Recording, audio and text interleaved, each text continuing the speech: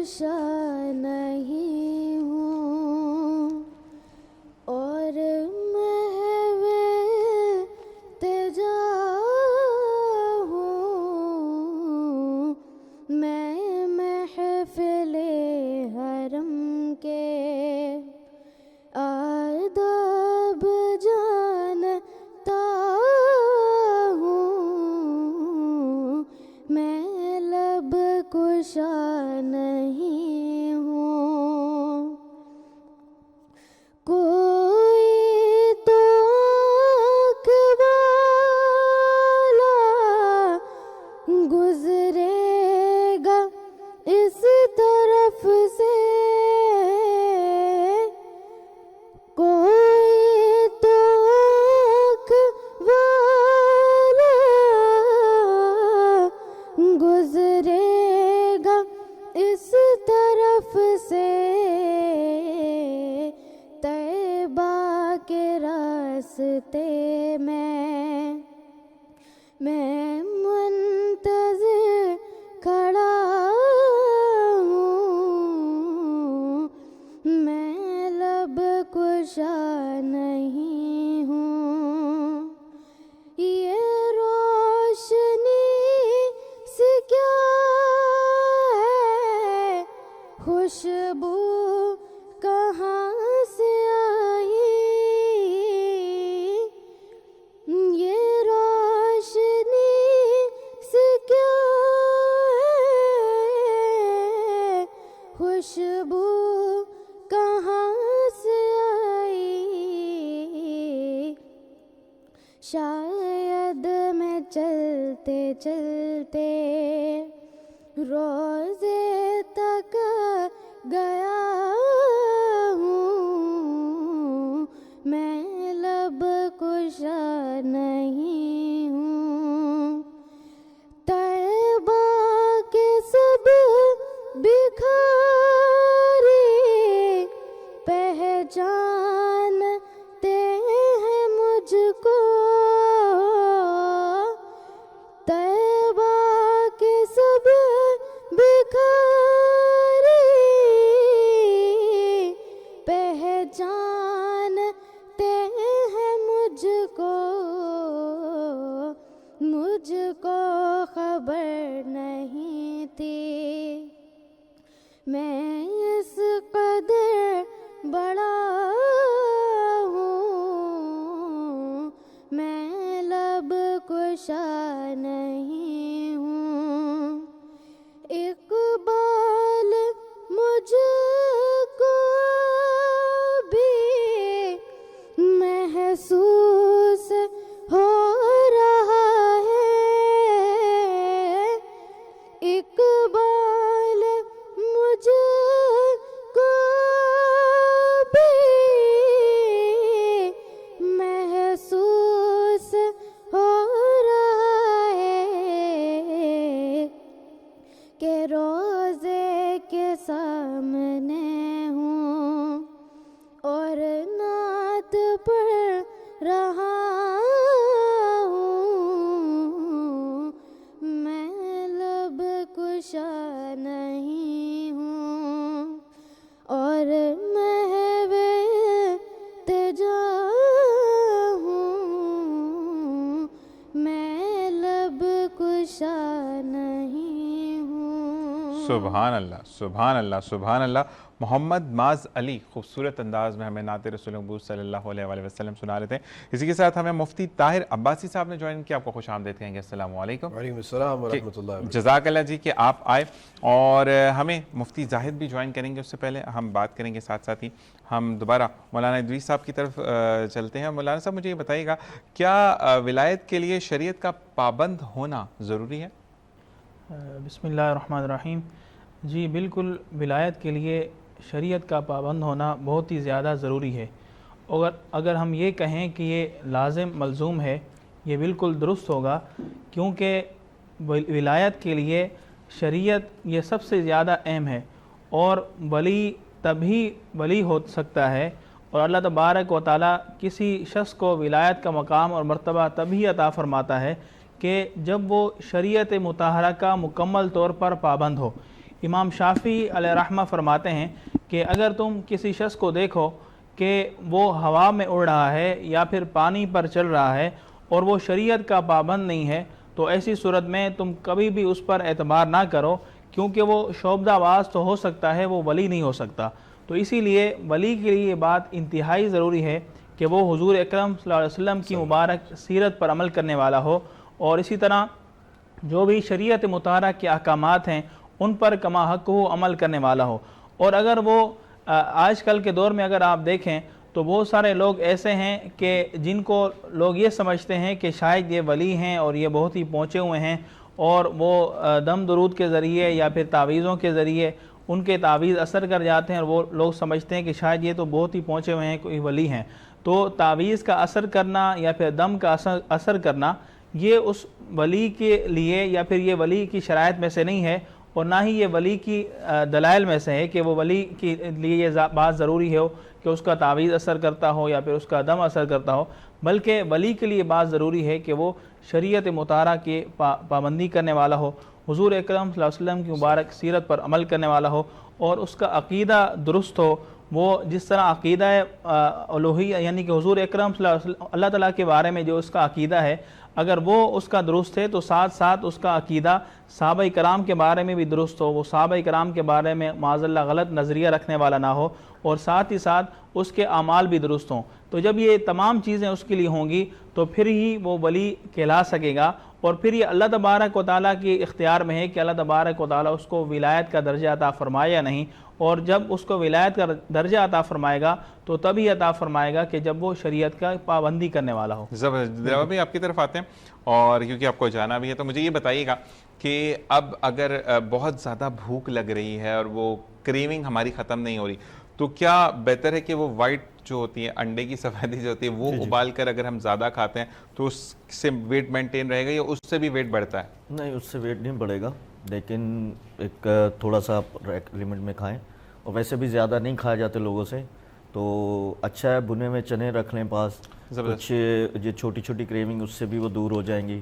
اور دو فروٹس کے بارے میں پوچھا جا رہا ہے، آم کے جو کھانے والے جو انٹیک زیادہ کرتے ہیں کیا ان کا وزن بھی بڑھتا ہے، یا کیونکہ نیچرل شوگر ہے اس میں اللہ کی طرف سے بالکل تو اس سے وزن نہیں بڑھتا؟ آم سے وزن بڑھتا ہے، بالکل بڑھتا ہے، لیکن اگر ایک آدھ کھا رہے ہیں تو پھر تو نہیں بڑھتا، لیکن اگر مسلسل 1 کلو کھا رہے ہیں تو پھر بڑھے گا۔ لوگ شوقین ہیں آم کے، ایسے ہی ہے، میں نے دیکھا بہت بہت کھاتے ہیں لوگ، تو آم کے علاوہ آپ کیلا، آم، چیکو یہ ویٹ بڑھانے میں زیادہ فائدہ مند ہے، تو اس کے علاوہ باقی جتنے فروٹ ہیں آپ ان کو اگر کھاتے ہیں تو کوئی اتنا ایشو نہیں ہوتا۔ اچھا، کہتے ہیں کہ 2 کیلے ایک دن میں کھانا پوٹیشیم اور ہڈیوں کے لیے ضروری ہے، لیکن اس کے بارے میں بھی ریسرچ یہ میں نے پڑھی، اور کوئی 1 ہفتہ پہلے پڑھی تھی، ابھی آپ آئے تو یاد ہے مجھے وہ ریسرچ، کہ آپ نے جب بھی بنانا انٹیک کرنا ہے یعنی کیلے کو کھانا ہے تو ایک تو ہمیشہ ٹوئن فارم میں کھائیں 2 4 6، اور سیکنڈ آپ نے کیلا کھانے کے فوراً بعد بیٹھ نہیں جانا، وہ پوٹیشیم کی جگہ فیٹ آپ کو جنریٹ کرے گا۔ تو یہ تمام چیزیں اگر ہم دیکھیں تو بیسٹ ہو جاتی ہیں۔ 2 کلو سے کیا فیٹ آئے گا؟ میرے تو وہ آکھاڑنا لا جاندہ ہے وہ مسئلہ۔ نہیں، 2 کلو سے تو نہیں ہوتا، لیکن یہ ہے کہ اچھا ہے، کیلا آپ کا خون بڑھانے میں بھی مدد کرتا ہے، آپ کو پوٹیشیم بھی دے رہا ہے، آپ کو انرجی بھی، فوری انرجی بھی دیتا ہے۔ ایسے ہی ہے، آپ اگر اپنی طبیعت ڈل محسوس کر رہے ہیں تو آپ 2 کیلے بھی کھائیں تو آپ کو لگے گا کہ یار اچھا فیل ہو رہا ہے۔ اور یہ ڈاکٹر چائلڈ اسپیشلسٹ کا بھی ہے کہ اگر آپ کا بچہ پورے دن میں کچھ کھاتا پیتا نہیں ہے تو 2 سے 4 کیلوں کا اگر آپ شیک بنا کے دیتے ہو، مور دین انف فور دی 24 آورز، بہت اچھی چیز ہے، بہت بہتر ہے، بہت بہتر ہے۔ اچھا، آخری سوال آپ سے کروں گا پھر ہم اجازت چاہیں گے، مجھے یہ بتائیے گا کہ جو لوگ کانٹیکٹ کرنا چاہتے ہیں آپ کا فیس بک یا انسٹا کا پیج جو ہے وہ بتا دیں تاکہ لوگ آپ سے ایزیلی کانٹیکٹ کریں، کیونکہ 6 سے 7 لوگ ایسے انٹرسٹڈ ہیں کہ ہم بات کرنا چاہتے ہیں، وہ کریں نہ کریں ان پہ، لیکن لکھا ہے تو بتائیں۔ جی، دلاور فٹنس کے نام سے جم کا پیج ہے ہمارا، دلاور فٹنس جم کے نام سے، باقی نمبر 034439111620۔ ٹھیک ہے۔ دوسرا دلاور بھی مجھے یہ بتائے گا کہ آپ کی برانچ کتنی ہے؟ برانچ ابھی ایک ہی ہے، ملیر کالا بورڈ پہ۔ ملیر کالا بورڈ پر ہے۔ اچھا جی، ملیر کالا بورڈ پر آپ جائیں، اور آپ کے اپنے اویلیبل ٹائمنگز کیا ہیں اگر لوگ آپ سے ملیں؟ اویلیبل ٹائم ملیر میں تو میں 10 بجے کے بعد ہی آتا ہوں رات کو۔ ہاں، اور کتنے بجے تک جم کھلا ہے؟ جم رات 2 بجے تک ہوتا ہے۔ 2 بجے تک کھلا ہے، ٹھیک ہے۔ جو قریب والے جائیں، دور والے ان سے فون کر کے جائیں، کیونکہ واپس آتے آتے اب گھر پہنچے۔ اس کے علاوہ پھر کہیں اور جا رہا ہوتا ہے نا تو وہ کچھ سیشن لوگوں کے وہ الگ بھی چل رہے ہیں تو وہاں جانا ہوتا ہے, تو پھر اس کے بعد اس جم میں اپنے میں آ رہا ہوتا ہوں. ٹھیک ہے, تو آپ ان کو ایز اے ٹرینر اپنے نیئرسٹ جم میں بھی ہائر کر سکتے ہیں. بالکل, میسج کریں, فون کریں, کانٹیکٹ کر کے آئیں, جو بھی سلوٹ خالی ہوگا تو انشاءاللہ اس میں. نہیں, اگر کوئی آپ کو ہائر کرتا ہے کہ میرے گھر کے پاس آ کے آپ مجھے ٹریننگ کرائیں تو وہ بھی اویلیبل بالکل بالکل اویلیبل ہے, اسی کے لیے ہم چل رہے ہیں. بالکل جی, زبردست ہے. اور بہت شکریہ دلاور بھائی آپ کا آنے کا, صبح جلدی آنے کا بہت بہت شکریہ. علامہ ادریس صاحب آپ کا بہت بہت شکریہ کہ آج آپ نے وہ نالج ہمیں, مجھے سب سے بہترین جو بات ایک سٹارٹنگ آف دا پروگرام کی, میں اس کو آن ایئر نہیں کہوں گا, کہ ہمیں آپ نے شریعت میں رہتے ہوئے چیزوں کو سے ہمکنار کیا کہ ہم زندگی میں آگے کیسے بڑھ سکتے ہیں. اللہ تبارک و تعالیٰ آپ دونوں کو اپنے حفظ و امان میں رکھے اور یہ ساتھ ایسے ہی برقرار ہے. تھینک یو ویری مچ, جزاک اللہ جی. اسی کے ساتھ ایک چھوٹا سا بریک, اور بریک کے بعد ہمیں مفتی زاہد صاحب جوائن کریں گے اور ہم مزید ان سے جانیں گے کہ کیا شان اولیاء ہے, اور کچھ لوگ وسیلے سے مانگتے ہیں, تو کیا وسیلہ صرف اللہ کا ہے کہ ہم نظر و نیاز کی اگر بات کریں تو وہ کس طریقے سے بہتر سے بہترین ہے. تمام چیزیں ہم جانیں گے. ایک بریک کے بعد دیکھتے رہیے ہماری وہ جو کہتے ہیں نا کاوش اور کوشش, کہ اب تک جو بھی ہم نے آپ سے بات کی اس میں آپ کو کچھ بات بری نہ لگی ہے. تو میں ایک چیز کلیئر کرتا چلوں جو میرے ذہن سے نکل رہی تھی, کہ میں نے یہاں پر یہ نہیں کہا کہ کوئی بھی بات آپ اوبیسٹی کو میں ڈاؤن کر رہا ہوں. میں صرف یہ بات کر رہا ہوں کہ ہم اوبیسٹی کو کم کیسے کر سکتے ہیں. علی گل, اگر آپ کو برا لگا ہے تو آئی ایم سوری, لیکن میرا ایسا کوئی مقصد نہیں تھا. اسی کے ساتھ ایک وقفہ, دیکھتے رہیے دی گلوبل مارننگ.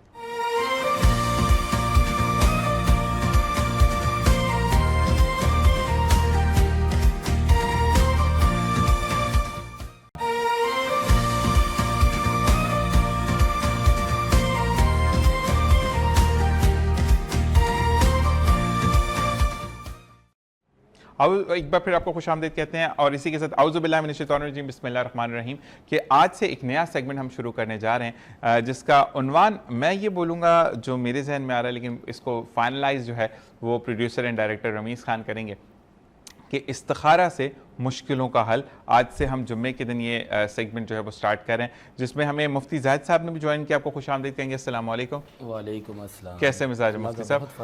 اور مفتی طاہر عباسی صاحب سے میں آپ کو ملوا چکا ہوں, اور حسن رضا قادری ہمارے ساتھ موجود ہیں. سب سے پہلے میں ون بائی ون دونوں سے سوال کا جواب لوں گا, اور بالکل آپ کے اسکرین پر نمبر ڈسپلے ہیں. آپ کا کوئی بھی ایسا مسئلہ جو کہ آپ چاہتے ہیں کہ اس کو استخارہ سے حل کیا جائے, کیونکہ استخارہ بیسکلی جتنی میری تعلیمات ہے کہ اللہ کی رضا جاننا کہ یہ چیز صحیح ہے یا نہیں ہے. اس میں پہلا سوال میرا یہ ہوگا کہ کچھ لوگ کہتے ہیں کہ آپ کو ہرے جنگل درخت نظر آئیں گے, کچھ لوگ کہتے ہیں پانی نظر آئے گا, کچھ لوگ کہیں گے آپ پھولوں میں بیٹھے ہوئے ہیں. تو بہترین طریقہ ہاں کے جواب کا کیا ہے؟ اور اگر نہ ہوگی تو کچھ لوگ کہتے ہیں کہ آپ کو کوئی خواب نہیں آئے گا, کچھ لوگ کہتے ہیں کہ آپ کو دردری مٹی نظر آئے گی, کچھ لوگ کہتے ہیں کہ آپ کو جلتا ہوا کچھ نظر آئے گا.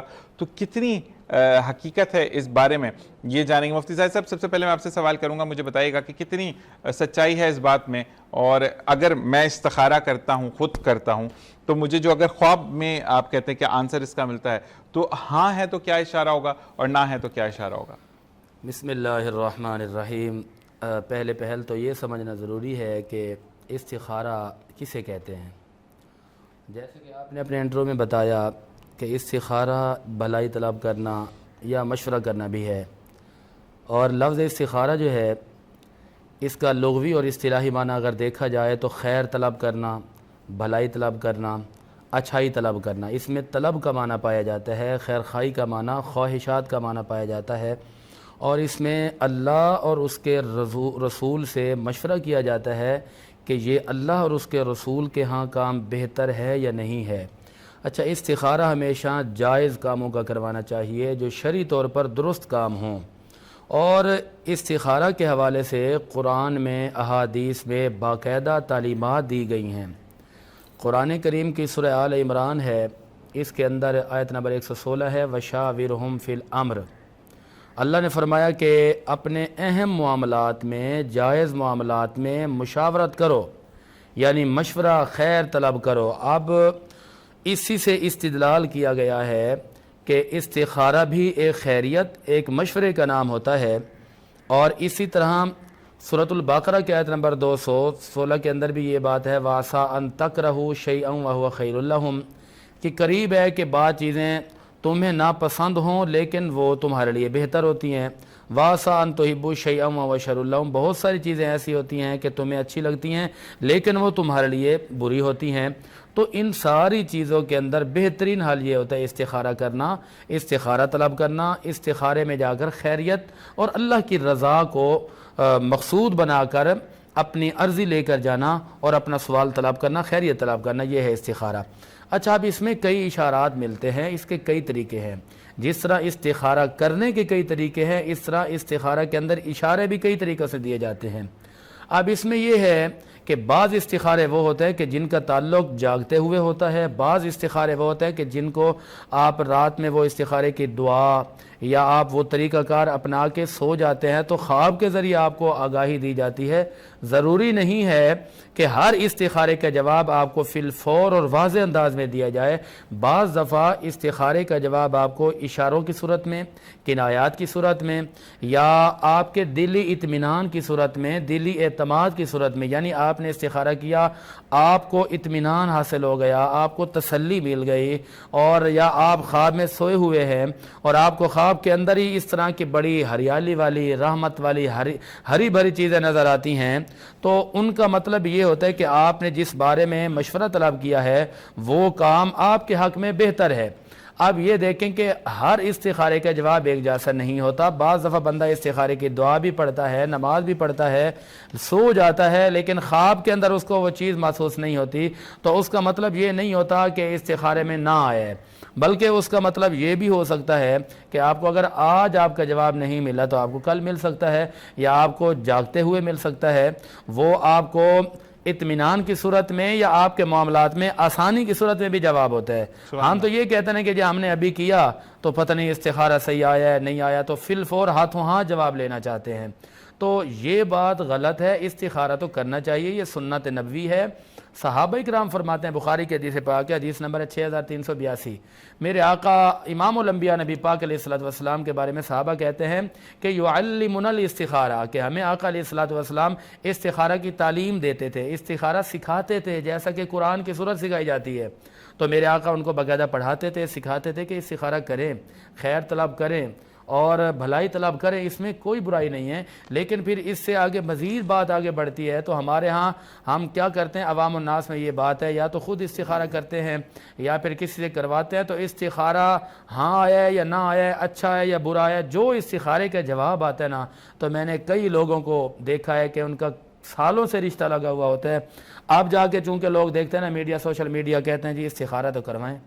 اب وہ 5 سال کا رشتہ لگا ہوا ہے، آپ نے استخارہ کروا لیا اور کسی نے آپ کو کہہ دیا کہ نہیں جی وہ استخارے میں تو صحیح نہیں آ رہا، تو اب لوگ پتہ کیا کرتے ہیں، فوراً جا کر رشتہ توڑ دیتے ہیں، جبکہ رشتوں کو جوڑنے کا حکم ہے، توڑنے کا حکم نہیں ہے۔ اللہ فرماتا ہے کہ رشتوں کو نبھاؤ، رشتوں کو توڑو نہیں۔ اب پھر سوال پیدا ہوتا ہے، عوامی سوال ہے، جی استخارے میں تو منع آ گیا، تو استخارے میں منع کا مطلب یہ کس نے کہا ہے کہ رشتہ توڑ دو، یا یہ کس نے کہا کہ جی اس کام میں آپ نے جانے نہیں ہے۔ اگر ایک دفعہ منع آیا ہے تو آپ اپنے معاملات درست کر کے اپنی تحقیقات جا کے ضرور کریں۔ رشتہ توڑنے سے پہلے سوچنا چاہیے کہ ہم کس چیز کو بنیاد بنا کر توڑ رہے ہیں، یا جوڑنے سے پہلے سوچنا چاہیے کہ ہمیں قرآن و حدیث میں رشتے جوڑنے کے لیے کن کن چیزوں کا حکم دیا ہے۔ میرے آقا نے فرمایا جس کے اندر آپ کو دین نظر آتا ہے، شریعت نظر آتی ہے، اللہ رسول کی تابعداری نظر آتی ہے، دینداری نظر آتی ہے، تو فرمایا دین جوڑو۔ اس کے اندر اگر وہ اپنے دین کی مخالفت نہیں کرتا، اسلام کی مخالفت نہیں کرتا، قرآن کی مخالفت نہیں کرتا، حقوق صحیح طریقے سے ادا کرتے ہیں تو کرنا چاہیے۔ تو استخارے میں اگر منع آ جاتا ہے تو کوئی مطلب نہیں ہے، دوبارہ بار بار خیر طلب کریں، استخارہ دوبارہ کرتے ہیں۔ اچھا مفتی صاحب، آپ سے میرا سوال ہے مفتی طاہر عباسی صاحب، کہ اکثر لوگ شادی سے پہلے استخارہ کرواتے ہیں، استخارہ میں آپ نے کیا، میں نے کیا، مفتی زاہد صاحب نے کیا، سب جگہ سے ہاں آتی ہے، اس کے بعد شادی ہو جاتی ہے اور کچھ عرصے بعد امور خراب ہو کر یا اموار خراب ہو کر رشتہ ختم ہو جاتا ہے، اور یہ کہتے ہیں کہ ہم نے تو استخارہ بھی کروایا تھا، اس میں بھی پازیٹیو آیا۔ تو اس چیز کا کیا تعلق ہے کہ آپ کو اگر استخارہ میں ایک پازیٹیو آنسرز آ رہے ہیں اور پھر آپ کا رشتہ نہیں چلا؟ بسم اللہ الرحمن الرحیم، نحمدہ ونصلی علی رسولہ الکریم۔ سب سے پہلے تو اس بات کو اچھی طرح سمجھنے کی، سمجھانے کی یہ ضرورت ہے۔ ہمارے ہاں ایک پرسپشن یہ بلڈ ہوا ہے کہ جناب استخارہ کسی سلیکشن یا الیکشن کا نام ہے۔ ہم تصور یہ رکھتے ہیں کہ استخارے کا مطلب یہ ہے کہ یہ کام ہاں ہے یا نہ ہے، مفتی صاحب نے بھی اس بات کی طرف اشارہ فرمایا، میں مزید اس کو انڈورس کروں گا کہ استخارے کا قطعاً مطلب یہ نہیں ہے کہ اس کے اندر آپ کو ہاتھ پکڑ کے کسی طرف لے جایا جائے گا. استخارے کا مطلب یہ ہے کہ اللہ سے اس کام کے اندر خیر کا مانگنا اور اللہ سے خیر کو طلب کرنا. سبحان اللہ. اب جب یہ پرسیپشن ہمارا رائٹ وے کے اندر آئے گا کہ جناب استخارے کا معنی ہے خیر کو طلب کرنا، تو ہمیں سب سے پہلے تو یہ تصور نکل جائے گا کہ استخارہ کیا تھا کیوں کیا تھا. اس وقت ہمارا تصور یہی ہے کہ استخارہ اس لیے کیا ہے کہ کرنا ہے یا نہیں کرنا. اور پھر دوسرا ایک تصور ہمارے ہاں یہ ہے کہ استخارہ جو ہے وہ کسی اور سے کروا لیا جائے. بہت سارے ایسے مجھے اتفاق رہتا ہے مختلف مواقع پہ میڈیا چینلز کے اوپر کہ وہاں استخارے کا ایک سلسلہ چل پڑا ہے. ایک آدمی جو ہے وہ آن ایئر فون کر کے اپنے کسی مسئلے کو رکھ کے کہہ رہا ہے جی استخارہ کر کے بتا دیں. میں سخت تردید کرتا ہوں اس تصور کی جس میں استخارے کو مذاق کا نشانہ بنایا گیا ہے. اور استخارے کو تیسری بات ہمارے ہاں ایک ٹول سیٹ کیا ہوا ہے کہ جب کسی کام کو اگر نہ کرنا ہو، مثال کے طور پہ کسی کو رشتہ توڑنا ہو اور آدمی کی ترجیحات وہاں پر پوری نہ اترتی ہوں، تو بطور ٹول اس کو یوٹیلائز کر دیا جاتا ہے کہ جناب استخارے میں ہمارے نہیں آیا. ایسا ہی ہے. بیسیکلی میرا جو ہے علمی اعتبار سے جو سلسلہ ہے اس کے ساتھ ساتھ جو تجارتی سلسلہ ہے اس میں میری کنسٹرکشن فرم ہے.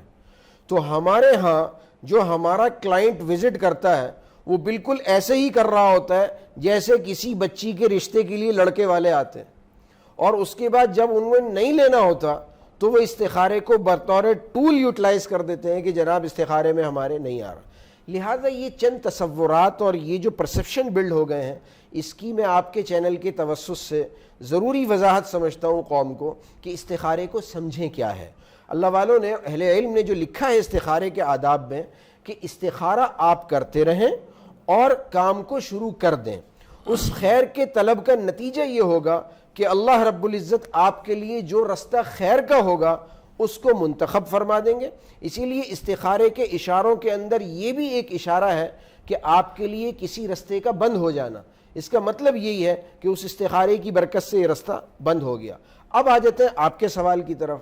آپ نے کہا کہ جی رشتہ جب ختم ہو جاتا ہے، یہ آپس کے تعلقات میں ناچاقی آ جاتی ہے اور اس کے بعد یہ کہا جاتا ہے کہ استخارہ تو ٹھیک تھا، یا بعض لوگ کہتے ہیں کہ جی استخارہ تو ٹھیک نہیں تھا. تو جب وہ پہلا والا تصور صحیح ہو جائے گا تو یہ دوسرا تصور بھی ٹھیک ہو جائے گا کہ استخارے کے معنی خیر کا طلب کرنا. اچھا، اب رہا معاملہ کہ آپس میں ناچاقی ہو گئی تو کیا ہم اس میں استخارے کو بلیم فل ٹھہرائیں گے یا نہیں؟ دیکھیں، استخارے کا پھر دوبارہ کہوں گا قطعاً مطلب یہ نہیں ہے. استخارے کا مطلب تو خیر کا طلب کرنا ہے. اب یہ تقدیر ہے کہ اس بچی کی تقدیر میں یا اس بچے کی تقدیر میں یہ بات لکھی ہے کہ انہوں نے کتنے عرصے ساتھ چلنا ہے. اب کیا استخارے کا یہ مطلب ہے کہ میاں بیوی نے ایک دولہا دلہن نے شادی کی، شادی کے مہینے 2 مہینے 6 مہینے کے بعد دلہن کا انتقال ہو گیا یا دولہا مر گیا، تو اب اس کے اندر ہم استخارے کو تو بلیم فل نہیں ٹھہرا سکتے. لہٰذا استخارے کے تصور کو اچھی طرح سمجھنا چاہیے. استخارہ محض خیر کے طلب کا نام ہے. اور دوسری بات یہ کہ استخارے میں خیر کو طلب کرنا صاحب معاملہ ہی کو کرنا چاہیے. یہ جو تصور چل پڑا ہے، یہ سلسلہ نکل پڑا ہے کہ جناب میرے لیے آپ استخارہ کر دیں، فلانے کر دیں، فلانے کر دیں، یہ سراسر غلط ہے. اور ان غلط بنیادوں کے بعد جب وہ کوئی بھی معاملہ کیا جاتا ہے، اس وجہ سے پچھلے استخارے کو بلیم فل ٹھہرایا جائے. اچھا، آپ کا مجھے جہاں تک تھوڑا بہت سمجھ آئے کہ آپ نے استخارہ کیا، ٹھیک ہے، کوئی بھی کام فرض کریں میں نے ٹھیلا لگانا ہے، اس کے لیے میں نے استخارہ کیا، خود سے کیا، اور مجھے پازیٹیو آنسر نہیں آیا، کچھ بھی نہیں آیا، یا کہہ لیں کہ میں نے ویران ایک جگہ دیکھ لی. اچھا، اس کے بعد اگر اکثر آپ اس کا خواب کی تعبیر لینے جاتے ہیں نا تو وہ بم تعبیر بتا دیتے ہیں، تعبیر بتانے والے بھی بم چھوڑ دیتے ہیں. اچھا، مجھے بتائیں کہ اگر مجھے کچھ اسٹیبل آنسر نہیں آ رہا تو should I start my business, کیا میں وہیں پر رک جاؤں کہ نہیں جب تک استخارہ بہتر نہیں آئے گا تب تک میں کاروبار شروع نہ کروں؟ ایک سوال. اسی کا ملٹیپل سیکنڈ بی آپشن ہے کہ میں کاروبار شروع نہیں کر رہا تو لوگ کہہ رہے ہیں نکما ہے، اس کو تو کام کرنے کی وہ نہیں ہے، یا باپ ماں پہ بوجھ بنا ہوا ہے، تو اس طریقے سے میں کس سمت میں جاؤں؟ میں نے آپ کو عرض کیا کہ استخارے کا مطلب خیر کا طلب کرنا ہے. نتیجتاً آپ خیر جب کوئی بھی کام کر رہے ہوتے ہیں، جیسے سواری میں سوار ہو رہے ہیں، گھر سے نکل رہے ہیں اور کوئی کام کر رہے ہیں، تو مستقل اللہ سے اس معاملے کی خیریت کے طالب ہوتے ہیں. نتیجتاً آپ اس کام کو کرتے رہیے جہاں تک اس میں، اور استخارہ یعنی اللہ سے عافیت اور خیر طلب کرتے رہیے۔ اس کا قطعاً یہ مطلب نہیں ہے کہ استخارے میں اگر ہاں نہیں آ رہی تو اس کے نتیجے میں آپ وہ کرنا چھوڑ دیں، جیسا کہ آپ نے کہا لوگ پھر جو ہے وہ تان و تشن کا نشانہ بناتے ہیں۔ اللہ سے عافیت مانگتا رہے، آدمی کام کرتا رہے، اللہ رب العزت اس کے لیے جہاں تک خیر دیکھیں گے وہاں تک یہ سلسلہ چلتا رہے گا، جہاں اس کے حق میں خیر نہیں ہوگی رستے مسدود ہو جائیں گے۔ اچھا، ایک سوال آیا ہے کہ کیا کاروبار شروع کریں، اور اگر کاروبار شروع کرتے ہیں اور اس میں نفع ہوتا ہے تو بہت اچھے، اور نقصان ہوتا ہے تو اس کی تو نیت ہی خراب تھی، لیکن استخارہ بھی بیٹر نہیں ہے؟ دیکھیں، اس بات کا تعلق جو ہے وہ استخارے سے نہیں ہے، یہ استخارے سے متعلق کا سوال نہیں ہے، اس کا سوال کا تعلق ہے تقدیر سے یا آدمی کے اپنے کیے دھرے سے۔ کچھ چیزیں اللہ نے اپنے ہاتھوں کے اندر بھی دے رکھی ہوتی ہیں۔ کاروبار کے اندر نفع اور نقصان کی بنیادیں خالی استخارے پر نہیں باندھی جا سکتی، بلکہ کاروبار کے اندر نفع اور نقصان کی بنیادوں کے بہت سارے ایکسٹرنل فیکٹرز ہوتے ہیں، جس کے اندر تقدیر کا بھی کردار بہت بڑا ہے، جس کے اندر اپنے اعمال کی شامت عملی کا بھی بہت بڑا کردار ہے، جس کے اندر سچائی اور نیک نیتی کا بھی بڑا کردار ہے۔ کوئی کاروبار اگر فلاپ ہوتا ہے تو اس کے اندر بہت سارے فیکٹرز ہوتے ہیں، خالی اس میں استخارے کو بنیاد نہیں بنایا جا سکتا۔ اچھا جی، مفتی زاہد صاحب، زندگی کے حوالے سے ایک سوال آیا ہے کہ زندگی کے اندر جو اتار چڑھاؤ ہے، میں ساتھ ساتھ دیکھ رہا ہوں میسیجز آ رہے ہیں کہ اتار چڑھاؤ کے اندر ہمیں ایک تو استخارہ کس طریقے سے ہمیں کرنا چاہیے کہ ہماری زندگی سٹیبل آن نہیں جا رہی ہے، مطلب ہر دن سوری میں یہ ورڈ آن ایئر یوز کر رہا ہوں، میرا تو زندگی منحوس ہے، میری تو قسمت ہی منحوس ہے، میں تو کام نہیں کر پا رہا، یا کوئی بھی کام، ایون دو اچھائی کا کام بھی کرنے جاؤ، میں آپ پوچھنے آ رہا ہوں مفتی زاہد صاحب آپ کیسے، اور اسی دن آپ کی طبیعت خراب ہوگی تو لوگ بولیں گے تو ہے ہی منحوس ہے۔ تو اس طریقے سے جڑے ہوئے جز جو زندگی کے ہیں وہ استخارے سے کیسے بہتر ہو سکتے ہیں؟ دیکھیں، یہ باتیں، یہ جملے کہنا شرعی طور پر غلط ہیں، اور شرعاً کسی بھی چیز کو منحوس نہیں کہنا چاہیے۔ زندگی اللہ تعالیٰ کی طرف سے ایک عظیم تحفہ ہے، عظیم نعمت ہے، اور زندگی کے اندر عروج و زوال اور پستی اور ترقی یہ دونوں ایک دوسرے کے ساتھ چلتی رہتی ہیں۔ کبھی ترقی ہے تو کبھی پسماندگی کا سامنا ہے، کبھی عروج کا تو کبھی پریشانی کا، تو یہ تو زندگی کا ایک حصہ ہے۔ لیکن اپنی تقدیر کو برا بھلا کہنا یا اپنی قسمت کے بارے میں یہ عقیدہ اور یہ وہم اور یہ گمان رکھنا کہ جی ہماری تو زندگی ہی ساری ایسے ہی گزر رہی ہے تو منحوس ہے، یہ جملہ آپ کو کفر کے قریب کرتا ہے، اور ایسے جملے، ایسی باتیں نہیں کرنی چاہیے۔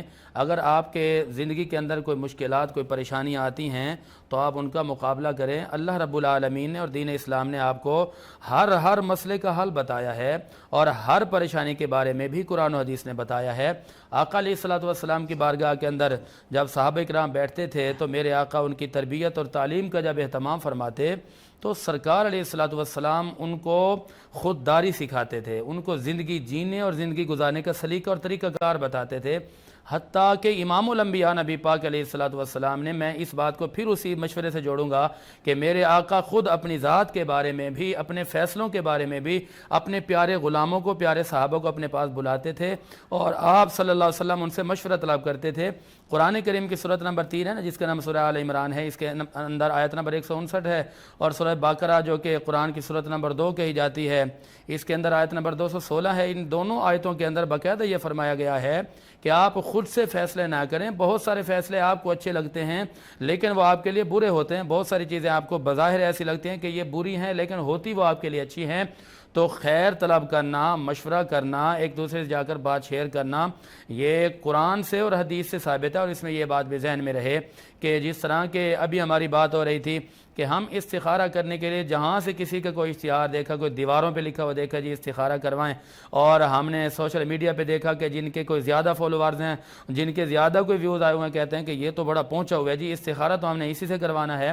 حالانکہ یعلمنا کا لفظ ہے سکھانا، حضور نے یہ نہیں فرمایا کہ میں چونکہ امام الانبیاء ہوں مجھ سے آ کر کرواؤ، اب یہاں پر ذرا غور طلب بات ہے، میرے آقا نے ان کو سکھایا تو اس کا مطلب یہ ہے کہ ہر آدمی اپنے استخارہ خود کرے۔ اچھا بہتر اور افضل کیا ہے؟ کوئی بندہ یہ چاہتا ہے کہ مجھے اچھی رہنمائی مل جائے اور مجھے اچھا راستہ دکھایا جائے، اس کے لیے اگر وہ کوئی عالم با عمل کا، کسی صالح شخص کا اور کسی با ادب شخصیت کا، کسی ولی کا، کسی بڑی ہستی کا انتخاب کر کے جاتا ہے، چونکہ اس کا رشتہ میرے رب سے بڑا قریب ہے، چونکہ یاد رکھیے گا کہ اللہ تعالیٰ نے یہ کرم فرمایا ہوا ہے کہ ہر اہل علم جو عالم ہوگا، جو علم والا ہوگا، وہ اس کے اندر ولایت ہوگی۔ ہر ولی کے لیے ضروری ہے کہ عالم ہو، اور ہر عالم کو اللہ تعالیٰ نے اپنا دوست بنایا ہوا ہے۔ تو اگر کوئی بندہ اچھا رزلٹ لینا چاہتا ہے تو اس استخارہ کرنے کے اور آپ کے معاملات کے حل کے لیے بہترین آپشن اور بہترین حل آپ کے پاس علماء کا ہونا چاہیے، نہ کہ جو علاقہ کے جن کا کام ہی یہی ہے کہ اپنی پروموشن کرواتے ہیں پیسے دے دے کر، کبھی دیواروں پہ لکھوا دیا تو کبھی ٹی ویوں پہ لگوا دیا کہ ہمارے ہاں بہترین استخارے کے سینٹر ہے، مرکز ہے۔ تو اس طرح کے جو جہلاء، جو جاہل ہیں، جن کا دین سے، اسلام سے، علم سے کوئی تعلق نہیں ہے، یہ تو باقاعدہ الٹا آپ کا کھانا خراب کریں گے، بلکہ خانہ آباد کروانے کے لیے ضروری ہے کہ ہمارے جو علماء ہیں، جو صالحین ہیں، سلف گزرے ہیں، جو اولیاء ہیں، جن کے پیچھے آپ نمازیں پڑھتے ہیں، جن کا اللہ سے بڑا گہرا تعلق ہے، اگر ان سے جا کر کرواتے ہیں تو اس میں ممانعت نہیں ہے۔ لیکن اگر آپ جاہلوں کے پاس جاتے ہیں تو وہ پھر منع ہے۔ ایسے لوگوں سے استخارہ نہیں کروانا چاہیے، اور ایسے لوگوں نے تو آپ کا بیڑا خراب کیا ہے کہ جی گھر چلتا آ رہا ہے، گھر چل رہا ہے، بچے ہو گئے ہیں، کسی نے جا کر ایسے چور سے جا کر پوچھ لیا کہ جی بتائیں جی، روزمرہ کی بنیاد پر لڑائیاں رہتی ہیں، ہو جی آپ کا تو استخارہ غلط ہے، آپ کا تو رشتہ ہونا ہی نہیں تھا یہاں پر، آپ کے تو معاملات چل ہی نہیں سکتے۔ اب لعنت نہیں ہے ایسے بدبخت پر کہ جس نے یہ بکواس کی، یہ بدبخت نے ان کا رشتہ ہی توڑوا دیا۔ اب وہ کیا کیا کہ 3-4 بچے ہیں، کہتے ہیں نہیں جی وہ کہہ رہے ہیں استخارے میں صحیح نہیں، اب تو آگے چل ہی نہیں سکتے، اب رشتے ختم کر کے بیٹھ گئے لوگ۔ تو میں نے پہلے بھی کہا کہ استخارے میں آپ نے خیر طلب کیا، اگر آپ کو استخارے میں وقتی طور پر یہ بھی آ رہا ہے نا کہ جی بہتر نہیں ہے، تو بہتر کا مطلب یہ نہیں کہ رشتہ ہو گیا تو توڑ دو، کام کرنا ہے تو روک دو، یہ نہیں ہے، بلکہ اپنے آپ کو بہتر کریں، اپنی نماز پڑھیں، روزہ رکھیں، رات میں تہجد پڑھیں، نوافل کے اہتمام کریں، وہ جو بہتر نہیں بھی اللہ اس کو بھی بہتر کر دے گا۔ اچھا دونوں مفتی کرام کی ایک چیز کا مجھے متفق ہیں کہ اللہ تبارک و تعالیٰ استخارہ کرتے ہیں، لیکن اللہ تعالیٰ رحیم ہے، وہ چینج کرنا پہ قادر ہے، ایسے ہی ہے مفتی صاحب؟ ہمارے یہاں پر کیا مسئلہ ہے کہ میں نے استخارہ کر لیا یا کروا لیا، میں نے آپ سے کروا لیا، دیکھیں اگر مجھے نہیں کرنا آتا طریقہ تو میں آپ سے بولوں گا کہ میری رہنمائی کریں، ٹھیک ہے؟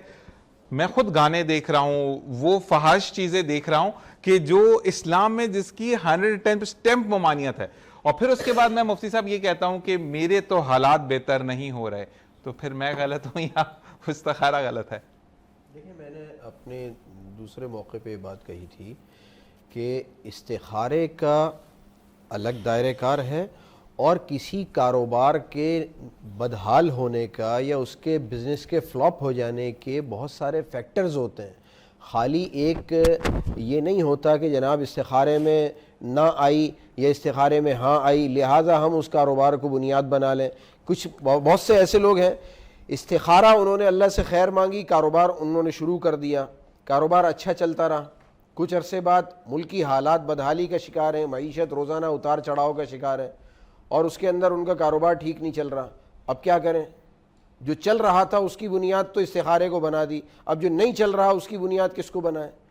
لہٰذا کسی بھی کاروبار کے اونچ نیچ کا جو تعلق ہے اس کے خود قرآن حدیث نے بھی بہت سارے فیکٹرز رکھے ہیں، نمازوں کا اہتمام ہے، لوگوں کی امانتوں کی بنیاد ہے۔ یہاں بات تھوڑی سی کاٹوں گا، ایک سوال آیا ہے، انہوں نے یہ کہا آپ کے لیے، پھر مفتی زاہد صاحب آپ کے لیے بھی سوال ہے، انہوں نے یہ کہا کہ اکثر لوگ یہ کہتے ہیں کہ استخارہ کا تو دیکھو مجھے صحیح طریقہ نہیں آتا، میں پڑھی بھی نہیں ہوں، پڑھاوا نہیں ہوں، ٹھیک ہے، بہترین ہے یہ ہے کہ کسی کی رہنمائی لینے سے پہلے ستارے ملوا لیتے ہیں جا کے پیر صاحب سے، وہ تعویذ دے دیں گے، تو اس پہ ذرا سی روشنی ڈالیے گا۔ اگر کسی کو استخارہ کرنا نہیں آتا تو پھر جو کام وہ کرنے جا رہا ہے وہ اس سے زیادہ مشکل ہے۔ بہتر یہ ہے کہ پہلے استخارہ سیکھے، اس کے بعد شادی کرے۔ شادی کے بہت مسائل ہیں، استخارے کے تو ایک دعا ہے، استخارے کی دعا سیکھنے کے لیے 1 دن کا مسئلہ ہے، شادی کے ساتھ نظام کو چلانا سیکھنا زمانے کا مسئلہ ہے، کاروبار کرنا مارکیٹ میں جانے کے بعد یہ ایک بہت بڑا علم چاہتا ہے۔ استخارے کی دعا تو مختصر سا علم ہے، لہٰذا ان کو میرا جواب یہ عرض کریں کہ بڑے کام سے زیادہ چھوٹا کام پہلے سیکھ لیں، اس کے بعد پھر زندگی کو آگے چلیں۔ مفتی زاہد صاحب آپ کے لیے ایک سوال آیا ہے، بھائی نے کہا کہ میں نے بہت سارے استخارے کیے، پازیٹیو آنسرز بھی آئے, نیگیٹو آنسرز بھی آئے. جہاں پازیٹیو آیا میں نے وہاں پر بھی جا کے جاب کے لیے اپلائی کیا, لیکن میری جاب نہیں ہوتی اور لوگ مجھے تانے دیتے ہیں کہ یہ نکما ہے, ہڈ حرام ہے, یہ کام نہیں کرنا چاہتا. اور باقاعدہ ان کی ایک روتے ہوئے کال تھی, تو کیونکہ وہ آن ایئر نہیں آ سکتے تھے اس آواز میں, تو انہوں نے یہ کہا کہ مفتی زاہد صاحب سے پوچھے کہ میں کیا کروں, کیونکہ ایک سپاٹ پر آ کر مجھے یہ فیل ہوتا ہے نعوذ باللہ کہ مجھے اپنی زندگی کا خاتمہ کر لینا چاہیے. استغفر اللہ, لا حول ولا قوت الا باللہ العلی العظیم. یہ جو ان کا سوال ہے کہ استخارے میں پوزیٹیو نظر آنا, پھر آگے جو رزلٹ ہے وہ منفی انداز میں نظر آنا, نیگیٹو انداز میں نظر آنا, یہ دیکھیں آپ اس کو اس طریقے سے کہہ سکتے ہیں کہ آزمائشات, امتحانات, اور یا اس طرح بھی کہہ سکتے ہیں, میں زیادہ تر قصوروار اپنے نوجوانوں کو قرار اس لیے دیتا ہوں کہ میرے پاس اس طرح کی سینکڑوں مثالیں ہیں کہ کہتے ہیں جی کام نہیں لگ رہا, دعا کریں. میں ان کو وظیفے بھی بتاتا ہوں, نماز پر بھی لگا دیتا ہوں. کہتے ہیں جی نہیں مل رہا. تو جب میں نے ان سے بیٹھ کے ذرا تفصیلاً بات چیت کی, میں نے کہا بھائی بتائیں تو صحیح آخر کام آپ کیوں نہیں لگتا آپ کو؟ کہتے ہیں جی مجھے میرے مطلب کا کام نہیں مل رہا. ایک ہوتا ہے اپنے مطلب کا کام ڈھونڈنا, ایک ہوتا ہے کوئی سا بھی کام مل جانا, ایک ہوتا ہے کام کا نہ ملنا. یہ دو الگ الگ باتیں ہیں, الگ الگ بحثیں ہیں. اس کو میں ذرا میرے مصطفیٰ کے انداز اور حدیث سے جوڑ دیتا ہوں. حضور کی بارگاہ میں ایک صحابی رسول آئے نا, تو انہوں نے عرض کی کہ یا رسول اللہ, میں بے روزگار بھی ہوں, بڑا غریب بھی ہوں. اور یہ حدیث پاک بخاری مسلم کے اندر موجود ہے. تو آقا علیہ الصلوۃ والسلام نے فرمایا کہ آپ کے پاس کیا چیز ہے؟ یہ میرا جواب ان لوگوں کے لیے بھی ہے کہ جن کو تھوڑی سی مشکلات آتی ہیں, تو ہم چونکہ مسجد میں ہوتے ہیں, مسجد میں آ کر سوالات کرنا شروع کر دیتے ہیں, جی میں بڑا پریشان ہوں, میری مدد کریں. وہ اپنا حق سمجھتا ہے, ٹھیک ہے نا, وہ بھیک مانگنا, سوالات کرنا شروع کر دیتے ہیں, حق سمجھتے کہتے ہیں جی میں کیا کروں, کہاں جاؤں. وہ پھر خودکشی تک چلے جاتے ہیں, جی میں یہ کرتا ہوں, جی میرے پاس کوئی راستہ نہیں ہے. آپ دیکھیں حضور کی بارگاہ میں سوال کرنے والے میرے مصطفیٰ کے غلام صحابی ہیں. حضور علیہ الصلوۃ والسلام نے ان کو فرمایا کہ آپ کے پاس کیا چیز ہے؟ تو میں اس کو 2 جملوں میں بات ختم کر دوں. انہوں نے جواب کہ یہ ہے کہ آپ نے فرمایا کہ جاؤ کلہاڑی خریدو, کلہاڑی, اور کلہاڑی خرید کر جاؤ, جنگلوں کا رخ کرو, وہاں جا کر درختوں کی لکڑیاں کاٹو, اور وہ لکڑیاں کاٹ کاٹ کر بیچو, اور اسی سے اپنا گزر بسر کرو. میرے آقا یہ بھی تو کر سکتے تھے کہ صحابی آ گیا ہے, یہ مال لو اور جاؤ اپنے معاملات بہتر کرو. میرے آقا کے آگے کس چیز کی کمی تھی؟ سرکار نے ان کو مانگنا نہیں سکھایا بلکہ خودداری سکھائی ہے. اور میرے آقا نے فرمایا کام تو کام ہے نا, اگر آپ کو مطلب کا کام نہیں مل رہا. ایک صحابی اگر جنگل میں جا کر درختوں کی لکڑیاں کاٹ کر اپنا گزر بسر کر سکتے ہیں, اور صدیق اکبر رضی اللہ تعالیٰ عنہ جیسی عظیم شخصیت جو کہ امیر المومنین بھی ہیں, خلیفہ بھی ہیں, آپ کے لیے بیت المال سے آپ کا مال کا تعین بھی کیا گیا, لیکن آپ پھر بھی بازاروں میں جا کر کاروبار کرتے ہیں, اپنے پشت پر سامان اٹھا کر لے کے جاتے ہیں, بیچتے ہیں, اپنے بچوں کا اہل و عیال کا خرچہ اٹھاتے ہیں. میں یہ کہتا ہوں کیا صدیق اکبر سے بڑا کوئی ہو سکتا ہے؟ صدیق کیا میرے مصطفیٰ کے صحابہ سے بڑا کوئی شان والا ہو سکتا ہے؟ کہتے ہیں نہیں جی میں تو مینیجر رہا ہوں, تو میں نیچے والے عہدے پر کیسے کام کروں؟ میں چونکہ سپروائزر رہا ہوں, تو میں وہاں پر جا کر ایک عام مزدور کی طرح کیسے کام کروں, ایک عام ورکر کی طرح کیسے کام کروں؟ اسلام نے یہ کہا ہے کہ اگر آپ کو آپ کے مطلب کا کام نہیں ملتا, آپ کے خواہشات کا کام نہیں ملتا, جائز اور حلال کام ہونا چاہیے. خدا کی قسم اگر آپ کو کسی جگہ پہ وقت نے آ کر لا کے کھڑا کر دیا ہے کہ آپ وہاں جا کر ایک مزدور کی طرح, ایک لیبر کی طرح کام کرتے ہیں, آپ کام جا کر کریں, کسی کے آگے سوال بھی نہ کریں اور کسی کے آگے اپنے محتاجی بھی بیان نہ کریں, آپ اس کام میں لگے رہیں, اللہ تعالیٰ اسی کام سے آپ کو عروج کی طرف لے جائے گا. سبحان اللہ.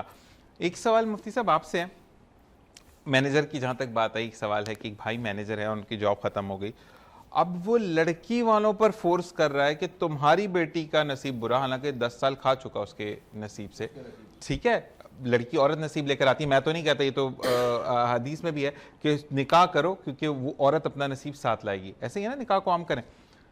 اب وہ فورس کر رہا ہے کہ میری غذائیں یہ تھی, مجھے پورا کرے, نہیں کرے, کیونکہ اس بہن کے جو بھائی ہیں وہ بھی متوسط طبقے کے لوگ ہیں, ان کا بھی ایک لمیٹڈ اماؤنٹ آتا ہے, اور اس پہ پھر یہ دھمکی دی جاتی ہے کہ طلاق دے دوں گا.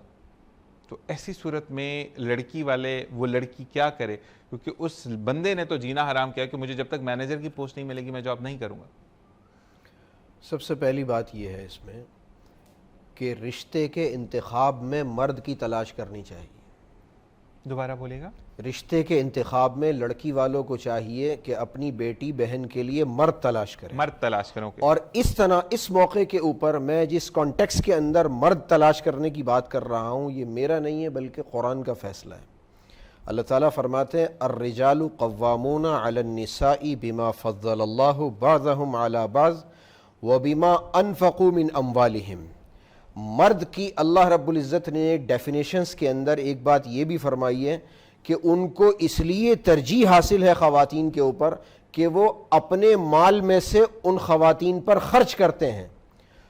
تو مرد وہ ہے ہی نہیں میری نظر میں جو بیوی کے مال کے اوپر چلنے والا ہو یا سسرال کے مال کو دیکھنے والا ہو. سسرال کا مال کھانے والا یہ تو انتہائی گراوٹ کا شکار ہے. اس لیے رشتے کے انتخاب کے اندر استخارے کے ساتھ ساتھ میں یہ بھی کہوں گا کہ تلاش جو کریں وہ مرد کی کریں جو خود کما کے گھر چلانا جانتا ہو اور اس مزاج کا حامل ہو. اچھا ایک سوال اور ہے کہ اگر اس موقع پر کہ لڑکی کو بہت زیادہ تنگ کیا جا رہا ہے, ذہنی ٹارچر کیا جا رہا ہے, وہ 2 یا 3 بچوں کی اماں بھی ہیں اور ایک بچہ سی پی چائلڈ بھی ہے, تو اس صورت میں اس کے اگر بھائی یہ فیصلہ کرتے کہ بہن اس عذاب سے بہتر ہے کہ ہم اس کو پورا کریں, تم گھر پر آ کے بیٹھ جاؤ, ہمیں تم بھاری نہیں ہو, تو اس صورت میں لڑکی کو ماں باپ کا رخ کرنا چاہیے یا ظلم سہتے ہوئے میاں کے گھر پہ رکے؟ دیکھیے میں گزشتہ 20 سال سے فیملی کانفلکٹس کو دیکھ رہا ہوں اور فیملی کورٹس کے اندر بھی وابستگی رہتی ہے. ماں باپ کے گھر آ جانا یہ کسی مسئلے کا حل نہیں ہے. ٹھیک ہے, مسائل کے دسیوں حل ہوتے ہیں. معاملے کو جذبات کی اس سنگینی تک جانے ہی نہیں دینا چاہیے جس کے اندر ماں باپ کے گھر جانے کی بات ہو. نمبر 1 بات. نمبر 2 بات یہ ہے کہ آخر وہ کون سے فیکٹرز ہیں, وہ کون سے محرکات, عوامل اور عناصر ہیں کہ جن کی بنیاد پر شوہر تنگ آ رہا ہے, یہ بھی ذرا دیکھنا ہوگا. بسا اوقات ایسا کیس جس میں شوہر بیوی سے کہتا ہے کہ تم کماؤ یا تم لے کر آؤ اپنے بھائیوں سے, اس کی ایک بڑی وجہ اس بیوی کے اپنے شوہر کے اکنامیکل سرکمفیس سے باہر کے مطالبات بھی ایک فیکٹر کے طور پہ دیکھے جاتے ہیں. اس لیے جب تک وہ پورا اسپیسیفک کیس سامنے نہیں آئے گا اس وقت تک ہم یہ کہہ دیں کہ وہ ماں باپ کے گھر چلی جائے یا ماں باپ کے گھر نہ جائے, یہ کہنا قبل از وقت ہوگا. لہٰذا میں یہ سمجھتا ہوں کہ اس میٹر کو پوری طرح کسی بھی حاذق مفتی کے سامنے یا کسی کونسلٹ کے سامنے اچھی طریقے سے آنا چاہیے, اس کے بعد کوئی جواب دیا جائے. 3 سال کے بعد اب انہوں نے فیصلہ کیا کہ وہ مارتا ہے بندہ, وہ جاب نہیں کر رہا, گھر پہ وہ ٹیوشنز بھی دے رہی ہیں, سب کچھ دے رہی ہیں, وہ جو کالج پڑھا رہی ہیں اس کی پوری فیس وہ بندہ کہتا ہے کہ یہ میرا حق ہے کیونکہ تم منحوس ہو, تمہاری وجہ سے میری جاب گئی ہے. تو شی وانٹس ٹو کہ وہ اپنا ایک سیکیورٹی, وہ بہن بھائیوں پر بھی بوجھ نہیں بن رہی, لیکن روز مار کھانے سے بہتر ہے کہ میں اپنے ماں باپ کے گھر چلی جاؤں, میرا سی پی چائلڈ ہے میں اس کو دیکھ لوں کیونکہ میں کما تو خود رہی ہوں نا. دیکھیے اب یہ جو دوسری وضاحت آئی ہے اس کے اندر ماں باپ کے گھر جانے کے سوال کی بنیاد مار کو باندھا گیا ہے. اس سے پہلے والے مسئلے میں معاشی تنگی کو رکھا گیا تھا. معاشی تنگی کی بنیاد پر حالی ہم یہ نہیں کہتے کہ ماں باپ کے گھر چلی جائے, اور مار کی بنیاد پہ ہم یہ بھی نہیں کہتے کہ وہ بیٹھے اور مار کھاتی رہے. ایسا ہی ہے. لہذا اس میں کسی بہتر ثالث کو دونوں جانبین جو ہیں وہ اپنی نوعیت رکھیں. میں خالی اس بہن اور بیٹی جو ہماری ہے میں اس کی بات کی بنیاد پر ایک رائے نہیں دوں گا جب تک کہ میں اس بچے کی بات کو نہ سن لوں جو کسی ایسی نوبت تک پہنچا ہوا ہے. مفتی صاحب آپ سے بھی, مفتی صاحب آپ سے بھی سوال ہے, آپ کے لیے ایک اور سوال ہے. مفتی صاحب آپ سے اگر کوئی کانٹیکٹ کرنا چاہے تو کیونکہ میں نمبر اس لیے نہیں دیتا کہ لوگ فضول کے کالز کرتے ہیں, اور اکثر پروڈیوسر صاحب کو رات 3 بجے کال آتی ہے کہ آپ لوگ مارننگ شو کر رہے ہیں یا نہیں کر رہے, یہ اسٹوپڈ چیز ہوتی ہیں. تو آپ مجھے بتائیں کہ فیس بک یا انسٹا آپ کا ہے جس کے تھرو لوگ آپ سے کانٹیکٹ کر سکیں؟ جی مجھے بہت آسانی سے اپروچ کیا جا سکتا ہے. اگر مجھے مفتی طاہر عباسی اگر آپ سرچ کرتے ہیں تو ایسی صورت میں میڈیا کے تناظر میں بھی دیکھا جا سکتا ہے, اور میرا جو پرسنل فیس بک کا اکاؤنٹ ہے تو اس سے بھی مجھے اپروچ کیا جا سکتا ہے. میرا تعلق جامعہ بن نوریہ سائٹ کراچی سے ہے, اور وہاں باقاعدہ ہمارے ہاں دارالفتہ کا ایسا شعبہ ہے جس میں ماہر اور حاذق مفتیان کرام موجود ہوتے ہیں, اور وہ پوری طریقے سے اس مسئلے کو سنتے بھی ہیں. پرسنلی بھی میں حاضر ہوں, مجھ سے اگر کوئی اپروچ کرنا چاہتا ہے تو میں اس کی ہمہ وقت خدمت کے لیے حاضر ہوں. ٹھیک ہے جی. مفتی صاحب آپ سے اگر کوئی رابطہ کرنا چاہے تو آپ کا فیس بک دیجیے گا ضرور. اور ایک بچے نے یہ سوال کیا ہے کہ میں آ کر کچھ میرے کانٹینٹس ہیں اباؤٹ میری کچھ انہوں نے سبمیشنز دینی ہے یونیورسٹی میں, تو اس حوالے سے بھی آپ سے رہنمائی چاہتے ہیں, تو آپ ذرا اپنا فیس بک بتا دیجیے گا. دیکھیں آپ کے سوالات 3 ہیں, اس میں سب سے اہم سوال میں یہ سمجھتا ہوں کہ بیچ میں آپ نے ایک جملہ بولا تھا کہ لوگ ستارہ ملوانے جاتے ہیں یا نجومیوں کے پاس جاتے ہیں تو یاد رکھیے اسلام میں ستارہ ملوانا، نجومیوں کے پاس جانا یا بروج کو دیکھ کر اپنی شادی کے فیصلے کرنا، اپنی خدمت کے، اپنی زندگی کے فیصلے کرنا یا رشتے توڑنے یا جوڑنے کے فیصلے کرنا شرعی طور پر ناجائز ہیں، غلط ہیں۔ یہ جو نجومیوں کے پاس جاتے ہیں، دیکھیں جی میری قسمت کا حال کیا ہے، اور دیکھیں جی میری زندگی آگے کیا کہتی ہے، وہ دیکھ رہے ہوتے ہیں، کہتے ہیں اچھا تمہارے ساتھ تو یہ ہے کہ تیرے پاس تو کوئی غیب کا علم جاننے والا ہے۔ شرم آنی چاہیے ایسے بندے کو۔ سورۃ النمل قرآن کی آیت نمبر 65 ہے، اس کی سورۃ النمل کی آیت نمبر 65 ہے، قُلْ لَا يَعْلَمُ مَن فِي السَّمَاوَاتِ وَالْأَرْضِ الْغَيْبَ إِلَّا اللَّهُ۔ اب کوئی بھی غیب جانتا ہی نہیں ہے، آسمان اور زمینوں کی باتیں اللہ جانتا ہے، اس کے رسول جانتا ہے، اس کے علاوہ تو کوئی جانتا ہی نہیں ہے۔ تو یہ ستارے ملوانا، بروج کو دیکھنا، پھر اس سے نجومیوں کے پاس جانا، اس سے شادی کے فیصلے کرنا، یہ ناجائز ہے، غلط ہے۔